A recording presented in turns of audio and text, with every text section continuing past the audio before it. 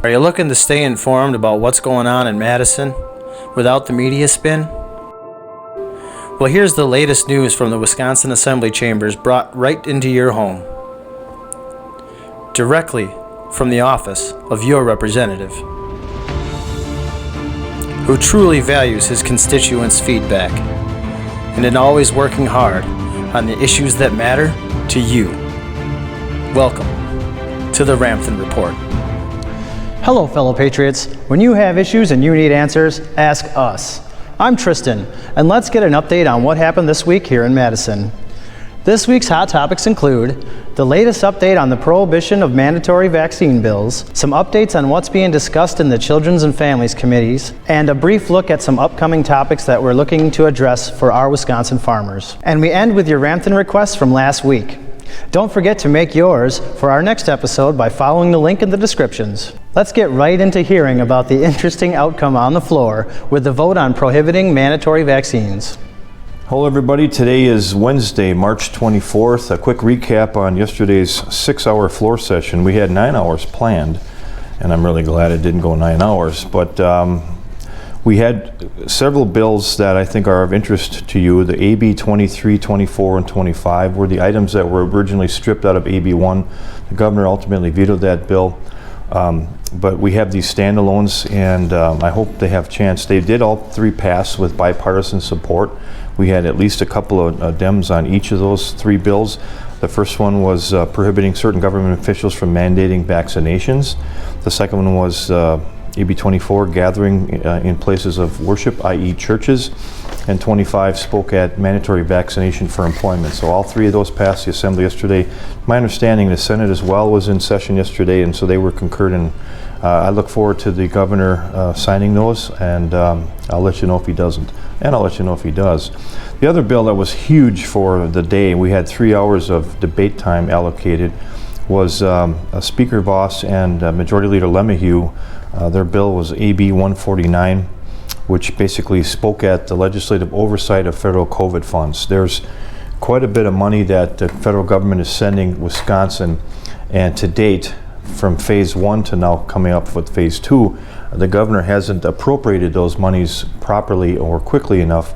And with such a large amount of money, we're talking billions here, $2 billion for the first pass, and I think another $2 to $3 billion for the second pass. So he's looking at having $5 billion worth of federal dollars to help address issues in the state, primarily allocated to COVID-19, but not exclusively. So with that large amount of money, I think the legislative body should minimally know where the monies are going, because it'll help propagate back awareness into the budget process. I would hate to see our state get federal assistance in an area that's being appropriated by federal dollars, and then have the governor turn around and ask for more money through the state.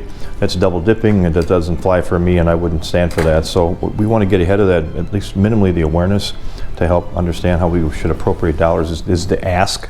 That passed party line, so all the Democrats voted no on that, which is a huge red flag for probability of a veto, but we have to try. And that's what we did yesterday. Other elements of interest were relative to school and athletics and extracurricular activities, to allow charter school kids to take care of that, and legal custody replacement contingent upon future events from a children and families perspective, family law perspective. So good day, we got a lot done in 6 hours, and I'll do a recap on committees later. Thank you. It's quite a blessing to hear that all three of the bills Representative Ramthun co-sponsored and supported through committee gained bipartisan support in the Assembly. We will see if Governor Evers honors his statements about signing bills with support from both sides. Now let's look at some of the discussions taking place in Children's and Families Committee and hear Representative Ramthun address some issues that he wants to do to help our farmers with. Children and Families met today, our first public hearing for the session.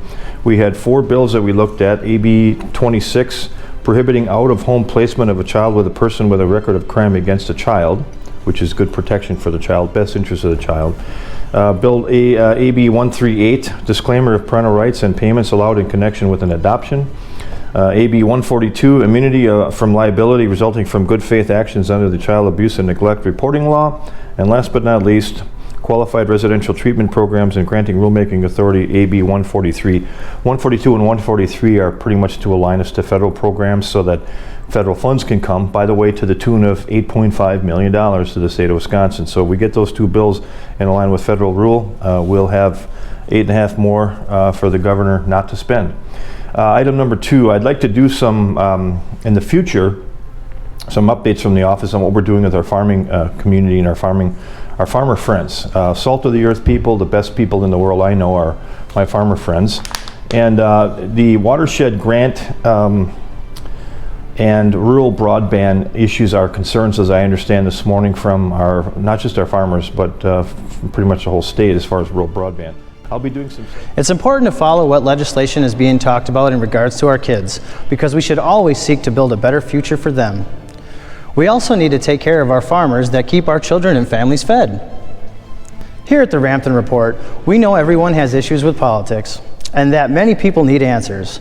So we always invite you to ask us. Let's get to your answers from last week's Ramthun requests.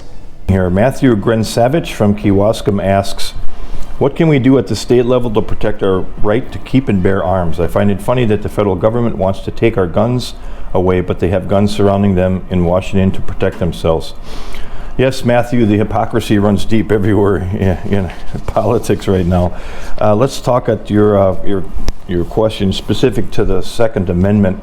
That's federal related activity. I think being vocal about your desire to have a right and to bear your arms is something we can do at every level, local and otherwise.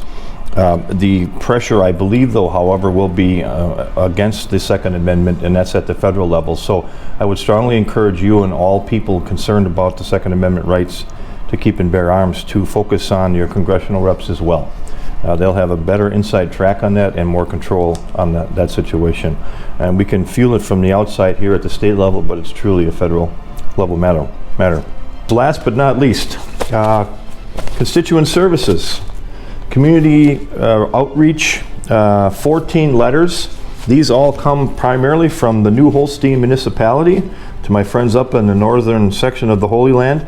I've got 14 expressions from more rehab centers to ending mask mandates to better and reliable Wi-Fi in rural areas. I just spoke about that. Underage drinking, selling alcohol earlier, salt on the roads, less salt on the roads, boy. Talked to my wife about 5 pounds per square inch. Workers' retirement permit, Wisconsin bad roads. There's 14 expressions from 14 different people, and they're going to get 14 individual answers from me because I appreciate the time they took to send me their questions. They're going to get an answer. They're going to get a result. It's going to be closure. And if I can take some of this information and turn it into legislation, that's how this works. Feedback from the people I serve gets their concern to this office, and I go to work with my staff. We do the analysis, we do the research, we work at the agencies. The Legislative Review Bureau will write the legislative bill. The Fiscal Bureau will look at if there's any cost factors. Ledge Council will look for the legalese, make sure the language is right. So the input from the people can make a difference in how this governance works in this state. So it's really important that this type of stuff keeps happening, and that's why it's so important for me to take time out of my day to answer directly to the requests I receive in this office. It's part of my job. It's the big part of my job, and I do it with a smile every time. So thanks a lot, everybody, for your time, and look forward to future communications. And don't hesitate to share and watch the Ramthun Report, doing the best I can to serve you. Thank you, and God bless. This concludes this week's episode of the Ramthun Report. Don't forget to check the links below with your Ramthun request and have your issues addressed by Representative Ramthun in next week's episode. Be sure to subscribe to our channel and share this video with your fellow patriots. Remember, when you have questions and you need answers, ask us. We are here to serve you. We'll see you next week. God bless you and yours always.